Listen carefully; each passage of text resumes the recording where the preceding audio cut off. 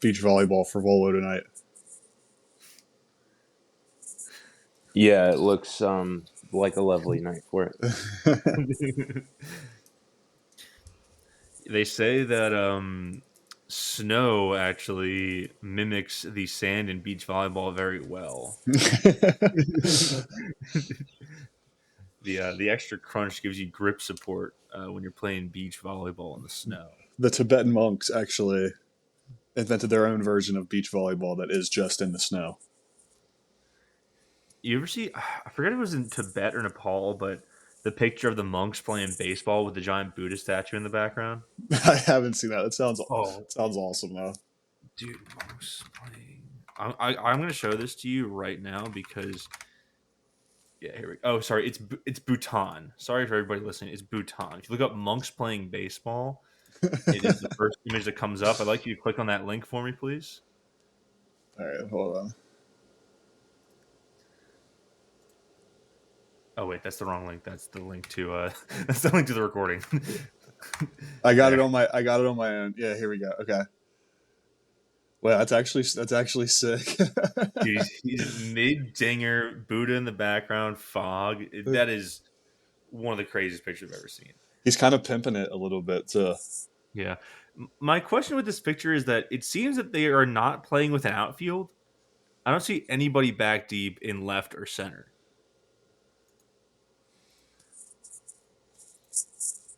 You would think they would have a ton of outfielders at that elevation. The ball carries. Yeah. Yeah, you think Coors Field is bad? Get ready to play a series in Bhutan, buddy.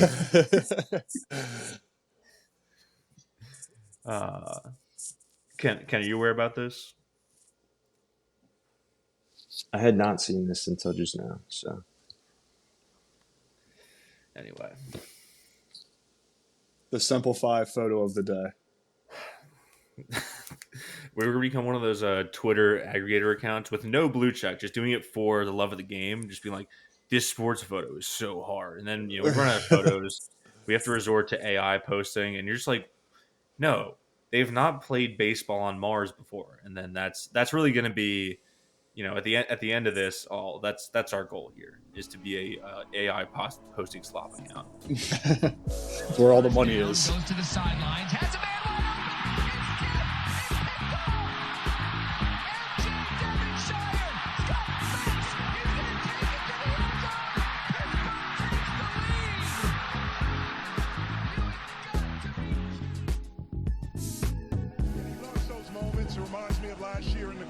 St. John, and guys just stepped up. Blake hits a what the hell 3. We're like, what are you doing? And he's done that all year. Klicka out to Bizzario. It's over. The Pitt Panthers have upset Wisconsin. Anybody if he hits his field goal. Up and got it. Sauls does it again.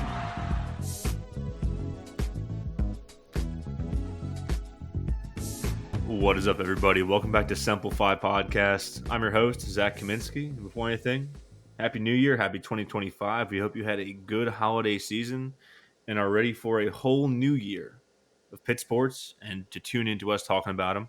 And as always, we're all here. My co-hosts Mason and Ken are joining me for the first show of the new year. Mason, how you doing? Doing well. I'm doing well. I hope you guys had a good snow day. This is the first snow pod I think we've had that I can remember anyway. But looking forward to some new stuff in the new year here. 2024 was an okay Pitt sports year. 2025 going to be even better. Yeah, this is our ice bowl. Me and Kent are out in Patterson Park recording this live on the ground. We decided that we need to be better cold weather podcasters, going to help our team in the future, especially on away games. We got a trip to Wisconsin coming up in a couple of years, so we need that exposure to the elements, even though that game is, I believe, in September. Kent, how we doing? doing well. Happy New Year, fellas. Happy holidays to all of our listeners. As Mason mentioned, Pitt had a pretty good sports year in 2024, but we have higher expectations for 2025. Speaking of that, if you had to rate 2024 on a scale of 1 to 10, so that would be football and volleyball, and I guess we'll count basketball as last year's basketball team. Rating that out of 10, what would you give 2024 in Pitt sports? And soccer is very, very good as well. We should cover Sorry, that. did you say include basketball or not? Since it's not over yet. No, include last year's basketball team because the majority of the season is in 24. Got it. I'd say like a 6.4. I think the basketball team not making the tournament sucks, but it's also like not their fault. So I don't know how to rate that, you know? Yeah, I was thinking in the same area, same zip code, like a 6.4, 6.5, because that basketball team was a lot of fun to watch. No postseason sucked. Bub Carrington going in the first round of the draft was awesome. Football surpassed our expectations, even if they kind of blew it down the stretch. And having a Final Four volleyball team is never a bad thing, in my opinion. And we'll get to all of that later. Ken, give us your rating. It's funny. I was in my head gonna go with the 6.5, but I'll go a little bit higher. I'll say a 7. I mean, 2024 was really the year of the tease, I feel like, with Pitt Athletics because every team was good but didn't quite get far enough. Like basketball, first 4 out of March Madness. Volleyball again didn't get it done. Made it to the Final Four. Soccer, I think, made it to the Elite Eight. Football started 7-0 and then just hit, a brick wall, as we all know. So, year of the tease is what I'll say. Even I know we said not to count it too, but you even look at the basketball team from this year so far. Like we get into the top 25 rankings, we lose, we get out. Like even that was a little bit of a tease. So that's actually a great way to think about it, Ken. Yeah, really. I mean, even soccer, I think they ended up losing to eventual champions Vermont. So like all the way, the entire way down is just this running into brick walls, basically. It's teasing us and then running into a brick wall, Wile E. Coyote style at 99 miles an hour, Georgia football style. 2025, we run through the brick wall. I like that. But we'll get into some more 2025 stuff later with basketball, but it's been a while since we recorded a podcast, so we are going to dip back into football and volleyball. We'll start with, you want to start with football? Sure. Let's do it.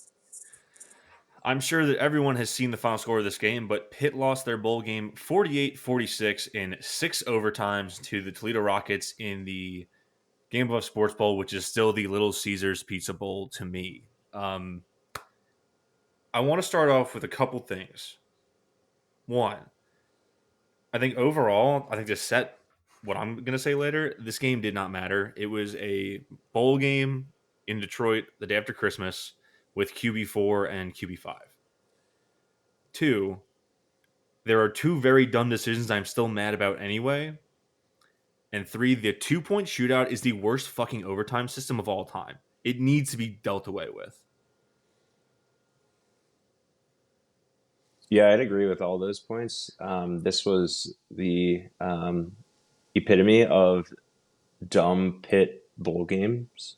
If you could put Pitt football overall over the last 20 years into one game, it's this game. Yeah, you had everything from a bonehead decision from Narduzzi. You had decisions at quarterback that probably weren't the most ideal. We'll call back to last year. Yeah, exactly. So it was just I feel like if you weren't a Pitt fan watching this bowl game, this was probably the most fun thing in the world to watch because it was just chaotic. It was stupid. We had 2 field stormings that didn't count. Not field stormings, but their team kind of, celebrated on the field. And this is like what every single bowl game should be. It sucks that we lost, but pure sickos committee stuff here. Yeah, I mean, taking away my fandom, this was an excellent game. Pitt leads 30-20 late, pretty late into the fourth, and Toledo ends up tying it 10 to overtime. And then they go back and forth in overtime. But before we get to overtime, I want to shout out a couple of players that I thought were really fucking good during this game, and that would be Des Reed and Julian Duggar, the true freshman quarterback out of Penn Hills, Pennsylvania, local Whitfield kid. I mean, Des Reed, you can't even say enough good words about this guy, about how hard he plays. He had 33 carries in that game for 169 yards, as well as 5 catches for 15. He touched the ball nearly 40 times in this game. He put everything out on the field. And then Julian Duggar, who we kind of foreshadowed this, but he probably should have started the game because David Lynch was what you would say is not a starting level Power 5 quarterback. In his first start, I think that he did really well. He only threw it 13 times, but he had 72 yards, 2 touchdowns, but he also carried it 21 times for 88 yards. He should have been starting this game. I realized that probably coming out of high school, I think he probably just wasn't ready to see any playing time as a starter. He was just a raw product out of a high school offense, didn't throw it a lot. But in this game, he looked really well. I think that losing both Nate and Ty Diefenbach to the portal in the bowl practices kind of forced their hand to get him some real reps and everything. And it ended up working out here. He led the offense really well for someone we haven't seen all season. Still a little bit raw, still does not trust his arm as much as like a second or third year quarterback would. But, I think this game proved, if anything, he's going to serve as a very capable backup in the future. I mean, he only had that one really boneheaded freshman mistake on a pick 6, but other than that, he looked pretty damn good.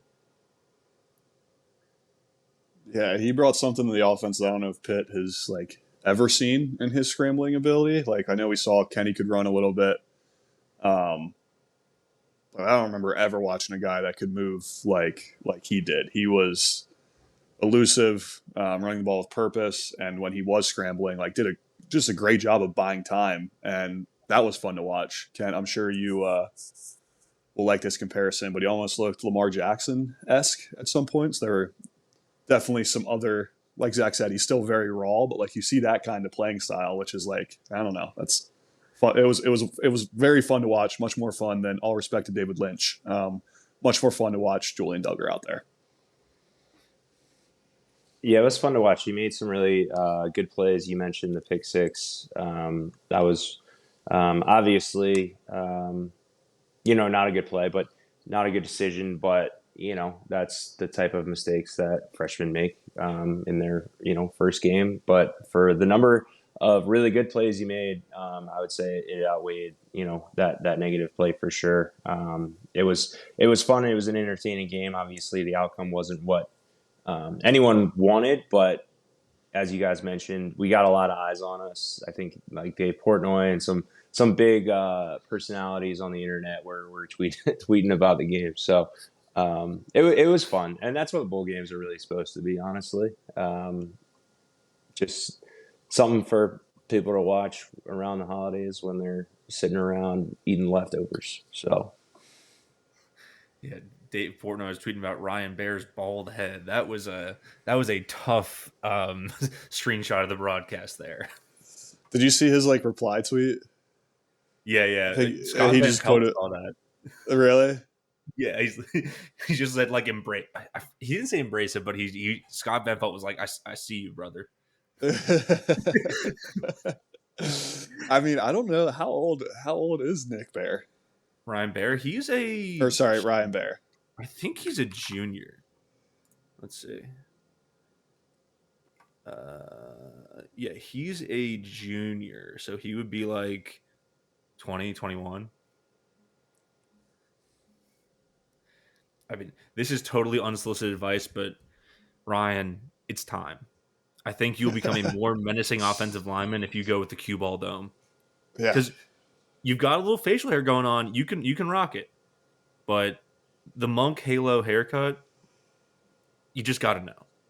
You just got to know. When you get it on national TV, this is not coming from a place of hate or hurt, but it's going to make you a better player. No, but in all seriousness, I do think that Julian Duggar will probably get some packages in the offense next year as like a change of pace guy on like the goal line.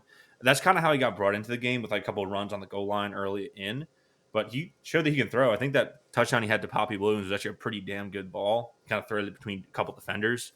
But yeah, that's pretty much all I have for the positives. We talked about the one boneheaded decision to sorry, hit the mic. To not start Duggar, but we got to talk about the overtime decisions here. Now, to be fair, this game does not go to overtime if Pitt doesn't throw 2 pick sixes in this game. So that's something you got to consider, is that realistically this game should have ended in regulation. But the play calling sequence at the end of the second overtime. So we'll first talk about the Gavin Bartholomew pass on third down. Now, I think they probably just should have ran it again with Gavin to win the game because he got like 5 yards on that first one. I don't hate the play call. I think it was actually kind of a very cool thing for them to try and do, was to try and get Gavin this like storybook touchdown to end his Pitt career on this like goofy trick play that, you know, if it would have worked, it would have been crazy. But I don't love that they were throwing to one of their shortest D linemen in Isaiah Neal, who just couldn't get a little bit of an errant ball. But I like the concept of it, because if it had worked, I would have gone batshit insane. So we'll start there. Let's talk about that play first. Yeah, I didn't hate the call. It was open. It was there. He missed the throw. He missed the throw, honestly. When you're throwing to somebody like that, you got to be on the spot. He's a few yards away. Put it in a good spot. So yeah, like you said, if it had worked, throwing that ball. Yeah, like if it had worked, everybody would have loved it. I'm less mad about that decision, but if you're going to call that on third down, you have to know that if it's not going to work, you're going for it on fourth down. Like, yep. Yeah, and I'll say that this kind of fourth down in the second overtime, like goofiness, like college coaches are not good at calling plays in overtime. Like all the time, coaches will not go for 2 when they should, to try and like win the game. When they're in the first overtime, they will, turtle in the second overtime. And people have said this, but that play from the 1 is 2 yards closer than they were in the 2-point shootout, which you're 3 yards away. And yeah, that is a very stupid call. Now, I'm not really that mad about it, because I don't think it's like a sign of that him becoming like this conservative. He's reverting back to his conservative coaching. Like the play calling this year was very aggressive on fourth down. It just happens that it wasn't on fourth down and maybe the game with the most eyes on Pitt.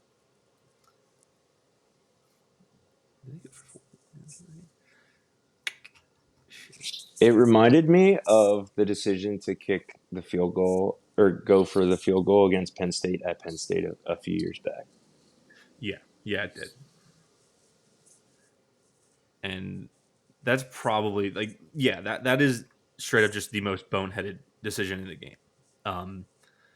I get that he probably had faith in his defense to get a stop from 3 yards out, then the offense to get a play from 3 yards out, and they did. They went to fucking 6 overtimes, but yeah, actually they scored in all. They scored in 3, 4, 5. They didn't get in 6.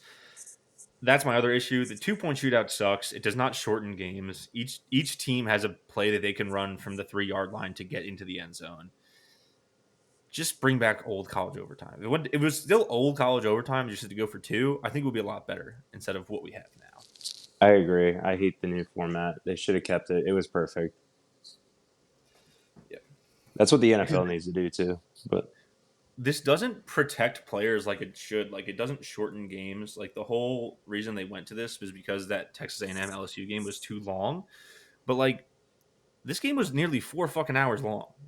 It's not doing what it was supposed to do. So I don't know. It's really annoying. Mason, do you have any thoughts here? It was just funny. I was watching with some Penn State fans, and we were talking about. It just reminded me of the time that they went into 8 overtime, or was it 8 or 9 against Illinois? 9. yeah, it just reminded me of the time. Like they were rooting for more overtime, so that when people look up, most overtimes in college football, it's not Penn State losing to Illinois. So I'm kind of at least we lost when we did, so we can still have that fun little trip down memory lane. Hey, do you guys happen to know Penn State's all-time record against Toledo? Is it like 0-1 or something like that? It is 0-1. They lost in 2000, 24-6 at home. Now, I know this was a funky, weird loss, but if we're going off straight up, just what's a worse loss? Losing by 3 scores to Toledo at home, that's going to take the cake for me. Yeah. We at least had the dignity to go to Detroit and do it.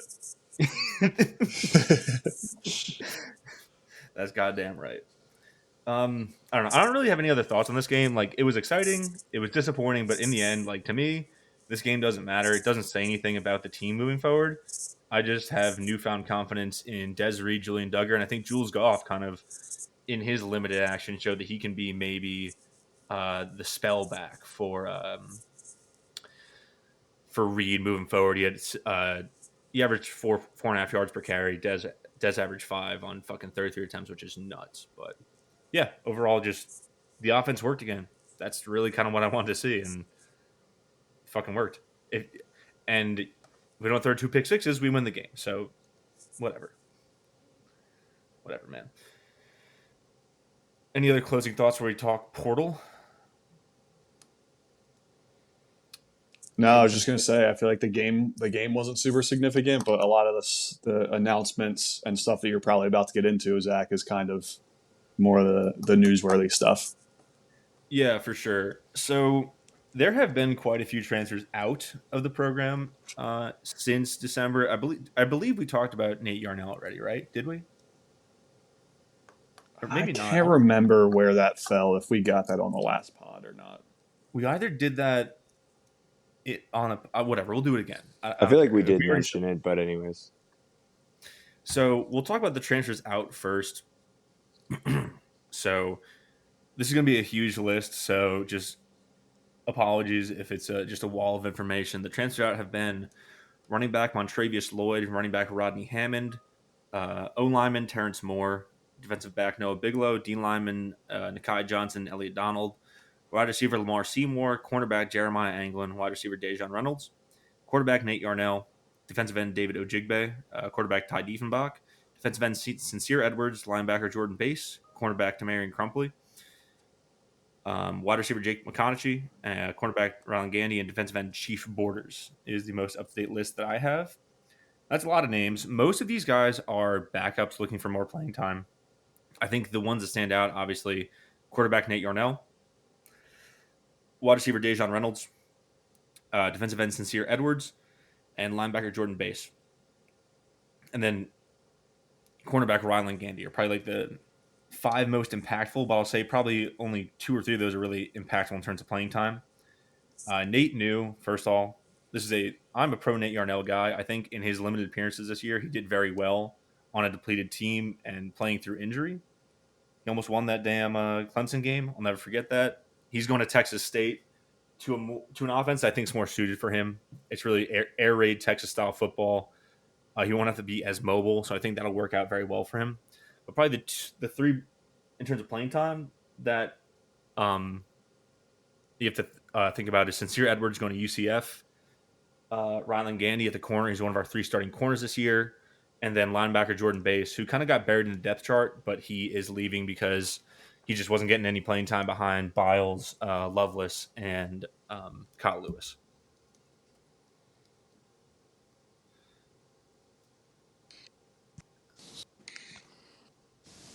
Yeah. Other than that, sorry, go ahead. I was just going to say, yeah, you can't blame guys for leaving for lack of playing time with the way things are. The portal, I think there's got to be some big changes to be made there, but until that day comes, this is how it's basically going to be. If you're not playing, it's easy enough to just switch and go somewhere that you'll get some playing time. So it's no fun to ride the bench. It's, obviously something you got to do if you want to play at a bigger school. You're not going to expect to start right away. But if you've been there multiple years, if you're a guy like Ronnie Hammond, things like that, can't necessarily blame guys for wanting to play elsewhere. So I think last pod we kind of mentioned transfer portal in a way that we were like we knew there were going to be some names on the list. Um, that's always inevitable, but I don't know. Things kind of fell where I thought they would.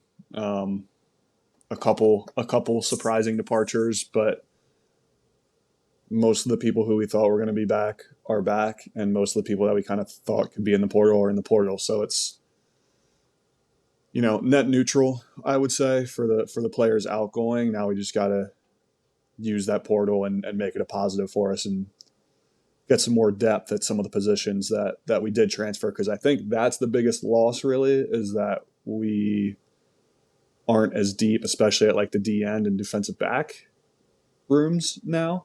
So I think that's probably where we're going to try to focus in the portal. Yeah, I agree. I would say that probably the most surprising one to me was Sincere Edwards. Yeah. But I think I was talking to people about it. What they think is that he probably committed for Partridge. And he was probably always going to leave if he committed for Charlie Partridge. He obviously went to the NFL. That was probably the most surprising. Jordan Bass is definitely a really big hit for depth at linebacker, but I think they're pretty good at linebacker. Gandy is probably the one that, like Gandy, and then like the entire defensive end room transfers out, and then obviously Nate Matlack is graduating, so there's not a ton of depth there. So yeah, this is what happens. You lose your depth pieces, but I think that other than Sincere Edwards and like Jordan Bass, none of them are really too surprising. I guess like like you said, it's all guys we kind of expected to maybe be on the short list for transferring out of the program, but not all bad news, because the transfer portal takes, but it also gives, because Pitt has gotten 10 transfer portal commitments so far this cycle, and they have been hitting like the positions we need, where we need to build depth, we need to get portal starters. So we got defensive end Blaine Spires from Utah State, offensive lineman Keith Govia from Richmond, safety Jaden Bonsu from Ohio State, Florida wide receiver Andy Jean, Florida State wide receiver Deuce Spann, Murray State kicker James London, All-American at the FCS level, by the way, offensive tackle from Charlotte Kendall Staley, Eastern Michigan defensive end Joey Zielinski, and then a couple of lower-level players. They're taking an All-American D2 cornerback from Cal U, Pennsylvania, Rashawn Murray, local kid, and then UC Davis safety Kavir Baines. I've heard enough. We're winning the Natty next year. What a grouping of schools. That's just so all over the place. We go down to D2, we go, FCS, we go Mountain West. We just got it. We're pulling from everywhere. Yeah, a couple of Florida wide receivers. I was talking to my buddy Ryan. So the Ohio State transfer, Jaden Bonsu, he's a safety. He was just behind a couple of guys this year. He's sort of a box safety linebacker kind of guy. So he's pretty much, how I read that transfer is, he's going to replace Donovan McMillan in the defense, because McMillan was a tackling machine. They obviously like what they saw, so they want another guy. I love that they're immediately going for defensive end depth to try and get someone opposite Jimmy Scott at defensive end, to like the second defensive end next year. Obviously, going for O-line depth is great. I think they need a couple more pieces just to kind of be set there. James London was an excellent kicker for Murray State. That is a great pickup to try and replace Ben Sauls. And then, honestly, I like the idea of going down into the D2 and FCS levels, because, I mean, hell, you brought up Poppy Williams, Sincere Lee, and Des Reed, and they all performed pretty goddamn well. So I love that they're kind of taking flyers on these guys. Like, if they can jump up like they did with those three guys, it's a great pipeline, because I think a lot of schools aren't really taking the flyers on these lower level guys who can show that they can play at this level. Kid from Cal U too. That's a cool story. Just being, Western PA kid. Yep. Yeah, a lot of good stories here. Not much else. I haven't really dived deep into any of these guys. The only other note I have is that Andy Jean, he's like 6'1". I think he'll probably slot for Mumpfield, if I had to guess.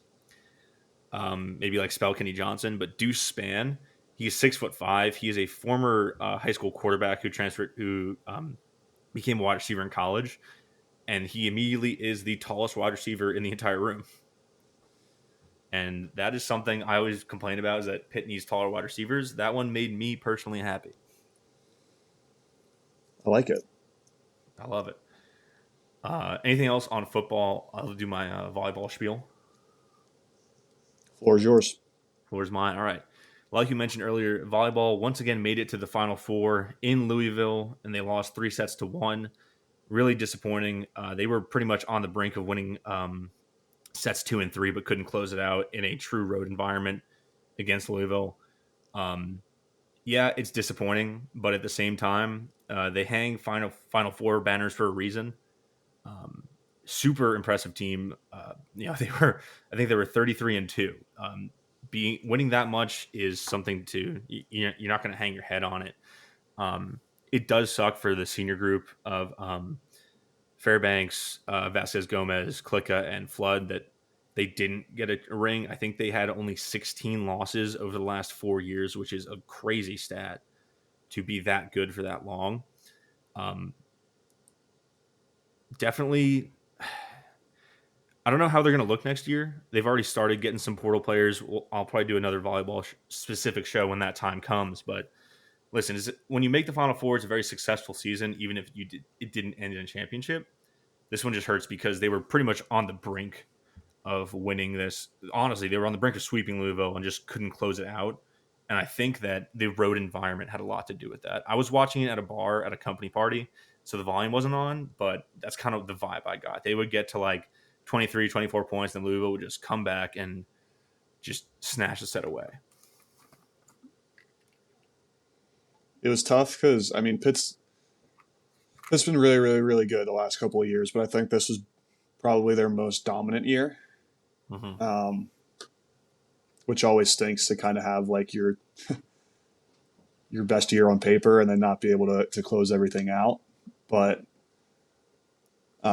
still a great season for them. Like they're going to get one of these eventually here. It's a tough tournament to win. It's a lot. I feel like it's being hot at the right time. So we'll figure it out here. I got faith in us. Yeah, I mean, the tournament's a loser machine. You get 63 teams, you don't win it. And you were one of the Final Four. That is nothing to sneeze at. They beat 2 great teams in Kentucky and Oregon to make it there. I will say, congratulations to Dan Fisher for winning Coach of the Year, Olivia Babcock, National Player of the Year. So the Simplify bump is real. She went from Freshman of the Year to Player of the Year, which is great. And then setter Rachel Fairbanks and volleyer Vasquez Gomez are both signing with American Pro Leagues. I think those are. I think one of them is starting this week. I think the one that Vasquez Gomez is going to is starting up this week, and then the one Rachel Fairbanks is playing starting up later in the year. But exciting for them. The only other news about besides that is actually volleyball transfer portal news, where the other great sophomore of this team, Tori Stafford, hit the portal, I think last week. Super surprising. I don't think anyone saw this coming. I was talking to some people, just had no idea this was coming. That is actually probably one of the most devastating transfer of this cycle because they're very thin at that position at outside hitter. So that's going to be an interesting one to see how, if they can get her back like Cat Flood, or if they don't, how they go ahead and try and replace her in the portal. Yeah, I did see that. That is a bit surprising. I have faith in Dan Fisher to be able to get some transfers in, given the success of the team in recent years. But yeah, I would say going back, it is BS that Louisville essentially got a home Final Four game. All Final Fours, regardless of sport, need to be in San Antonio. They need to be. Yeah, what if UTSA wins it? Yeah, UTSA is licking their chops right now. Yeah. They need to be in Albuquerque or something. I don't know, man. The New Mexico Aztecs or whatever. Like, I don't think they're making the Final Four. No offense, but they just need to play it somewhere that's pretty much guaranteed to be a neutral site. So, I mean, by the way, that's crazy. By the way, they're the New Mexico Lobos, not the Aztecs. That is an L for your sports mascot knowledge. yikes! All right, Yikes, dude. He's seen one too many proposed NFL expansion teams, and he just said New Mexico Aztecs. The Aztecs are Mexican anyway. What are you doing here? Yeah, we're gonna make them new. Okay, all right. New Mexico. They're the new Aztecs. Yeah. Or you know who I mix it up with? It's San Diego State is the Aztecs. Yeah, I do that all the time too, Kat. I think the actual fix here is that we just need to go to like the mayor of Pittsburgh and just try to start hosting more of these college sporting events, and then we can have a chance to have some home field. Yeah, actually, counter argument. It should just the Final Four for volleyball should just be in PPG Paints Arena every year. Let me wait. Where is it going to be the next couple of years? Volleyball future sites. All right. So the next couple of years coming up. Next year is in Kansas City, Missouri, which is essentially a home stadium for Nebraska if they make it that far. I mean, Nebraska travels well. They're probably a solid 50% of the crowd any given year, but they're going to be pretty heavy that year. 2026, speak the devil, it is San Antonio, Texas. You get your wish, Kat. You get your wish. And then actually, 2027 would be the closest for a Pitt home site. It's Columbus. It's 3 hours away. So, can I put a 2 year ahead future in Pitt to win the national championship when it's played in San Antonio? We can find you a book that does that. Maybe it's probably gonna be Chinese, but hey, I wonder what the odds on that would be. No, I mean, listen. Another concern was that Fisher was going to take the U.S. women's volleyball Olympic job. That was just filled today by, I think, an assistant from Texas. So that's not a concern. He'll be back. I think the big question is whether or not Tori Stafford comes back or not. Haven't been able to find out why. The only news we have is that she's not going to Louisville. Reportedly, someone asked the coach, and the coach said she told us no. So college rivalries are alive and well, even in volleyball. And I'll say it. I think it's fine that Penn State won. They've already got 8 of them. What's the 9th to me? If Louisville had won, I'd be just as mad if West Virginia won a championship in football. fair. Because they've never won one either. So that's sort of the frame of reference I'm going off of here. Yeah, that's a fair argument. All right. Anyway, I think it's time to talk hoops. Let's do it. We have what's the last game we talked about? Probably Sam Houston, maybe. I think so. Or maybe Eastern Kentucky. I don't know. We'll talk about the 2 games that happened over the last week. 2 wins to open up the ACC play calendar. Both at home, 86-74 over Cal and 83-68 over Stanford. I was going over the condensed game this morning, and my first takeaway from these 2 games is that Pitt is a team that starts slow, but really gets the ball rolling sort of late first half, and then they're just kind of untouchable in the second half. That's kind of been the story for like most wins this season. Yeah, that has kind of been how they operate this year. They tend to start slow, and like you said, by the end of the first half, like they'll be losing. I think they were losing to Cal and Stanford early, and then by halftime they were up close to double digits, if not double digits, and then they just rolled in the second half. Outside of the Mississippi State game, that's pretty much how it's been. Yeah, I was just say the slow starts are also some of the The good second half is why we win a lot of games. The slow starts are also, I think, why we have lost the 2 games that we did. But those are also kind of, we were playing against good teams.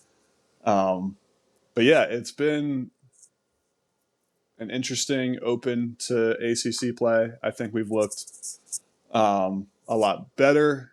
We have a really big test coming up tomorrow. That's really going to kind of be a litmus test to see where we stand against one of the better teams in the country. Can we talk about the current AP poll? Because it came out today and it made me angry. Can we hear it? Have you guys checked this out today yet? I haven't looked at. I strictly look at the net rankings now. Yeah, and you should, but I don't know. I like the little number next to our. No, I hear you. I hear you. I don't, because we lose when we have the little number. Yeah. All right. So Pitt is 26th. They're the first team out with 91 votes. Guess who's number 21? The West Virginia Mountaineers with 277 votes. And they've had some good wins, don't get me wrong. So have we. And we also beat them by a score of 86-62. And it could have been so much worse than that. So we emptied the bench on them. Yeah. The only good news is that is a very good win on the Pitt basketball resume at this point. West Virginia just beat Kansas. They have beaten Gonzaga. They have also beaten Arizona. So they have some really quality wins, which is, I'm sure, why they have more votes. But you can't skip over the fact that they did lose at home to us by 20-plus points. And yeah, I mean, Pitt's really only lost. I mean, Mississippi State is 14th in the poll. 14th. And Wisconsin is 1, 2, 3, 4, 5, 30th. Yep. So 2 losses, very quality losses, losses to very quality teams. So yeah, I mean, tomorrow, obviously, huge game, huge opportunity to really put any doubters or naysayers for referencing game day, and let a naysayer know.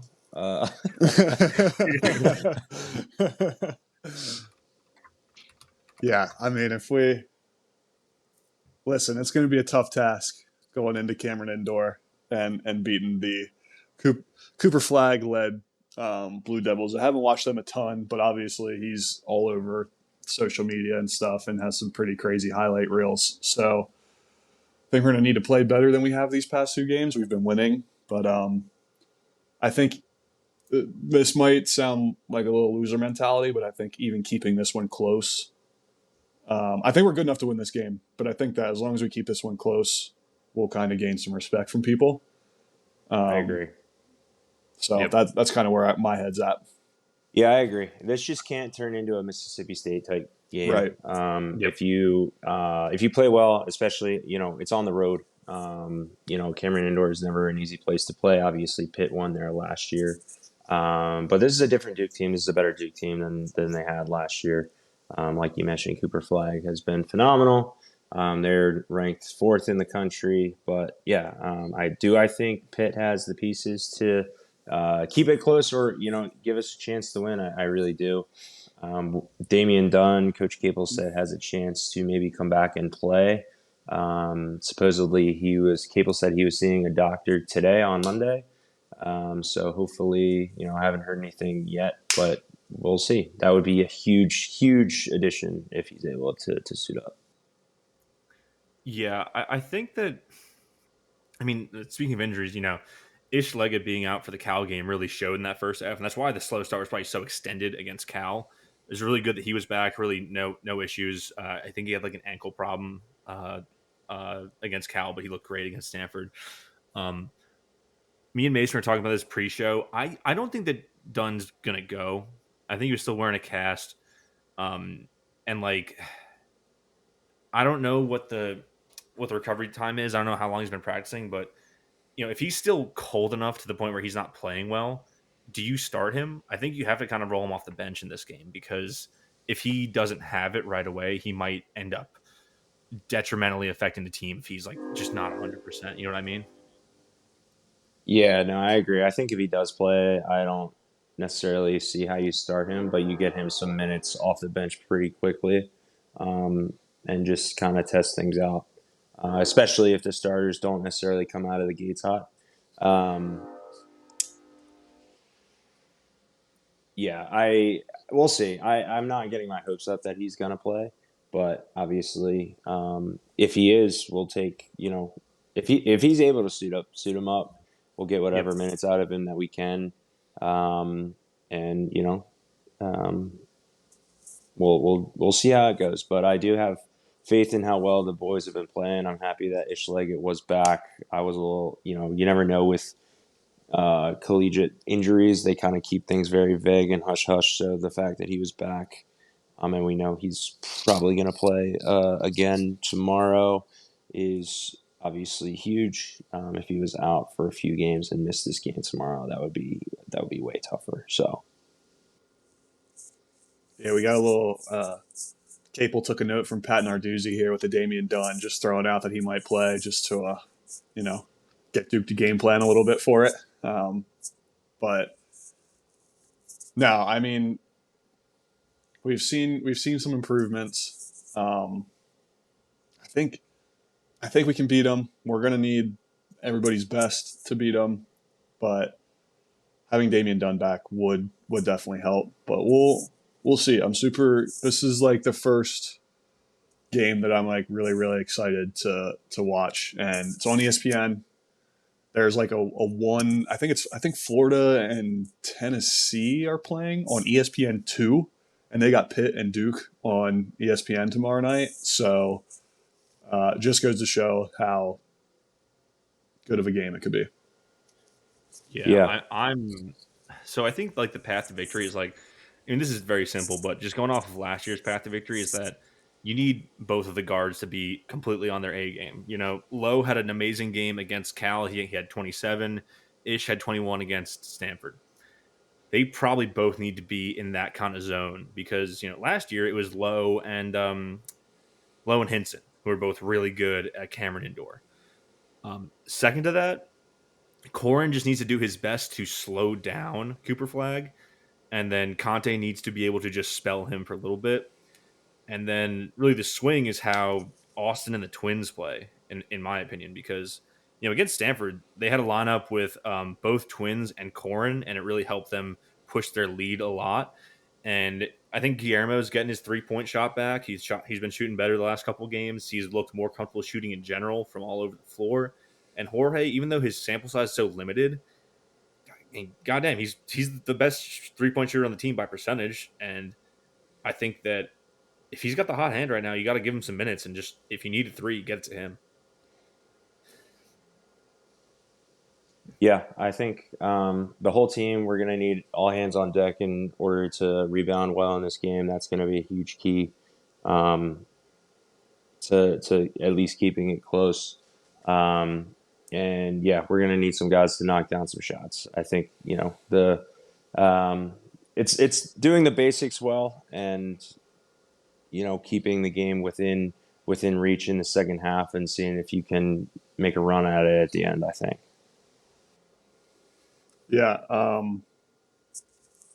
You talked about the defensive matchup with Cooper Flag too, Zach. I think this could be a game you see us get into a lot of zone.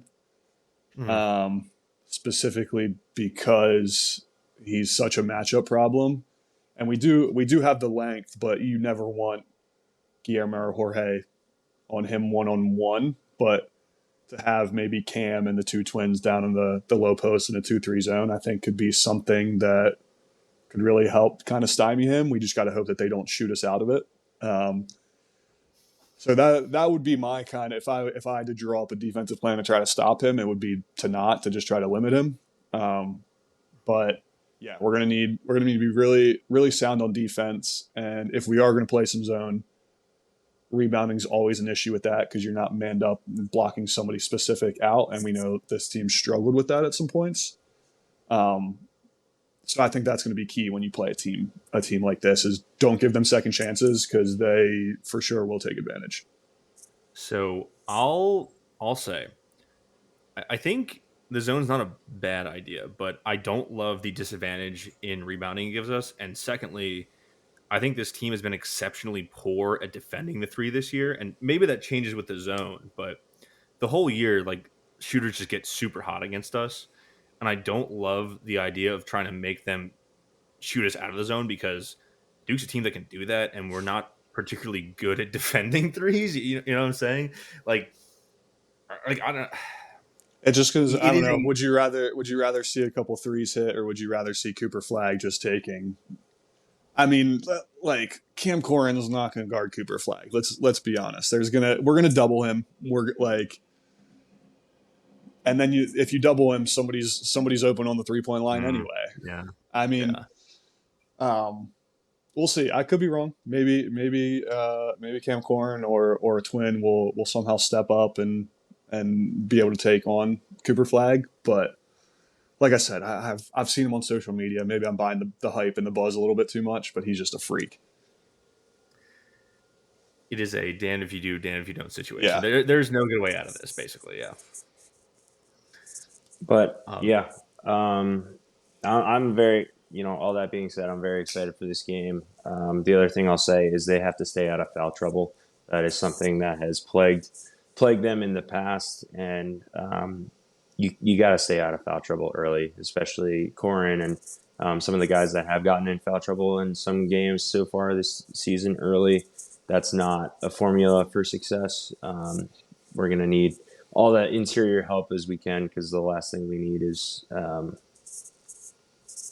if Pampa Conte wants to have another great game, but we can't have him in the first 7 minutes because our first two guys have 2 fouls each already within 5 minutes. So, but yeah, it's a great opportunity. Like we said, it's the only time they don't play Duke twice this year. They only get to play them once. And these could very well end up being the top 2 teams in the ACC at the end of the year. So a head-to-head win would potentially go a long way with that. So I don't think you even got to say potentially. I think a win against Duke on their home court. Well, last year, maybe not so much, but this year, if you win against Duke on their home court, that win's going to go a very long way. There's no potential about it. This is a top 2 team in the country. Speaking of the refs, surely the ACC refs will be kind to Pittsburgh in Cameron Indoor. Surely there'll be no Tobacco Road funny business going on there. Yeah. One other thing I want to shout out for his play in the Stanford game, and 2, we've talked a lot about Cooper Flag. The guard play in Duke is also, I mean, they're good top to bottom, right? But I think we're going to need another highlight reel game out of Zach Austin here. If we're gonna beat the Blue Devils, having him limiting Tyrese Proctor and Cam Sheffield and what's the other guy? I'm blanking on his name right now, but they have some good guard play too. So he had a really good game against Stanford. Some crazy disrespectful blocks, and then the reverse putback dunk was also super cool. So would love to see some more of that out of him tonight or tomorrow night. We got to talk about this. Was that a block or a steal? Dude, put it in the stat column as both, because that was disrespectful, man. I don't think I've ever seen that where he goes up, the shot even isn't out of his hand, and then all of a sudden Zach Austin has it. Yeah. I've never seen that. That is wow. He blocked it with like his bicep. Like he put it in and had 3 points of contact, like he was carrying a football on a block. That was ridiculous. I think he also hit 200 career blocks in that game, which is a huge milestone. Wow. Yeah. Yeah, he's been playing really, really well, and there's been a lot of guys playing very well in the absence of Damian Dunn. So, whether Damian plays or not, I do have a lot of confidence and probably a little bit too much hope going into this game tomorrow. But I'm excited. Like we said, if we have a close loss, I think that's a win in the big picture of things. So the team, regardless whether they have AP ranking or not, which they do not, they're in a very good spot right now in terms of their overall resume for March, which is really the goal. So Honestly, I like that we're unranked better because I think if we were ranked, we'd probably drop an egg. I like not having the number next to us this week, but I mean, overall, like this game probably tells us if we're a top 2 team in the ACC or like a top 4 team in the ACC because we haven't really talked about this year, but the ACC overall has been a very bad conference this year. UNC, the bottom has fallen out there. The top 4 right now is us, Duke, Clemson, Wake Forest, SMU, maybe Louisville's still up there, but they had their best player hurt. Like this is it is a conference schedule that is lighter than most years in the ACC, and that means you cannot be dropping games. And if you do drop a game, you need to have this one in your back pocket to say, "Hey, we went and beat Duke." for sure, I think it really is us, Clemson, and Duke, and then pretty much a break in tiers, I would say, in the ACC. In my opinion, so far, obviously that could change, but yeah, Wake right behind, I would say, maybe Louisville and SMU. But I do think those are the 3 best teams in the ACC so far this year for sure. And yeah, it doesn't help that like teams like Miami and Syracuse, the bottom totally fell on them. Like Miami's coach, Jim Larinaga. Yeah, Larinaga Yeah. just retires mid-year. Syracuse is also at 0-3 in the bottom of the standings at 6-8 overall. Like it's not your it's not typical looking- ACC. No, it's not. Yeah, retiring. That's happened twice now. I mean, Virginia's coach retired right before the season, but that still is like that's not a great move. But retiring in December when your team's like 4-8 is just a really bad move. Like that's a bad look, dude. Like you can't do that. It was absurd because he blamed on like the transfer portal. And it's like, dude, the whole reason you got to the Elite Eight was on like the backs of 3 transfers. Yeah, he was like after we made the fun, like he has a point, but like he was like basically after we made the Final Four, I had a bunch of guys transfer out because they got a better deal elsewhere, and that's just not really the type of world I want to coach in. But it's like, bro, that's not something you figure out and decide in December when you're 12 games in. You decide that in the off season that it's not for you anymore because of those things. Like that's a crazy move. Who's the guy that retired at halftime of an NFL game? It reminds me of that. Antonio You guys remember Brown. He No, did do not that. that one. I know exactly who you're talking about, Zach. I can't remember his name. Vontae Davis retired at Yeah. halftime in a Buffalo Bills game. Yeah. It's like I just don't have it anymore. Jim Larinaga doesn't have it anymore. If he wanted to retire at halftime, that would have been so funny. I could have forgiven him for that one. No, he did. He did it between games. Anything else from you guys before we head out?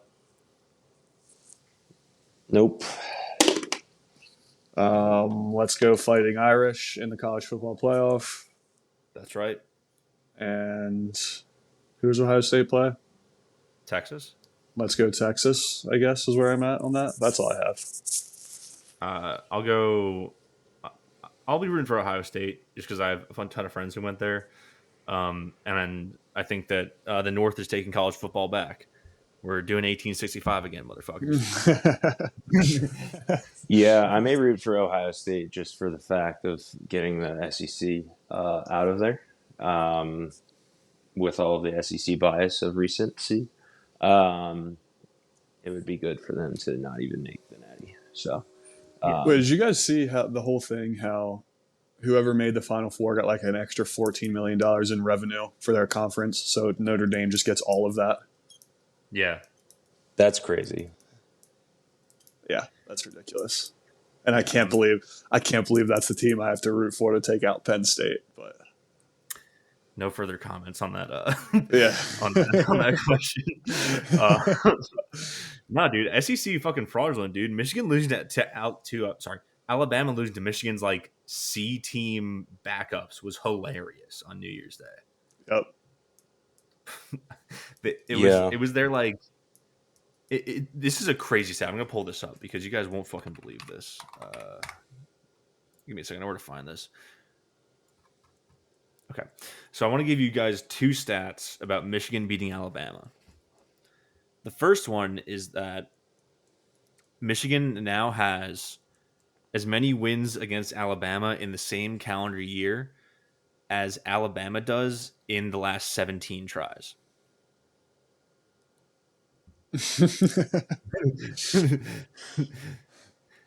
Damn. Oh, sorry. As Georgia does. That I messed that up. Georgia has 2 wins against Alabama in 17 years. Sorry, not 17 tries. I forget the SEC does their weird scheduling thing. And this is Michigan's 9th game since 2015, throwing for under 100 yards in a game. They're 9-0 in those games. Don't play Michigan football against Michigan. No, don't let Pat Narduzzi see that stat. Yeah, seriously. Nah, he's chilling. All right. Thank you for listening. This has been Simplify Podcast. Thank you for tuning in for a new year. We'll be back with more basketball coverage on our next show. And with that, we'll see you next time. Hail to Pitt. Beat the Blue Devils.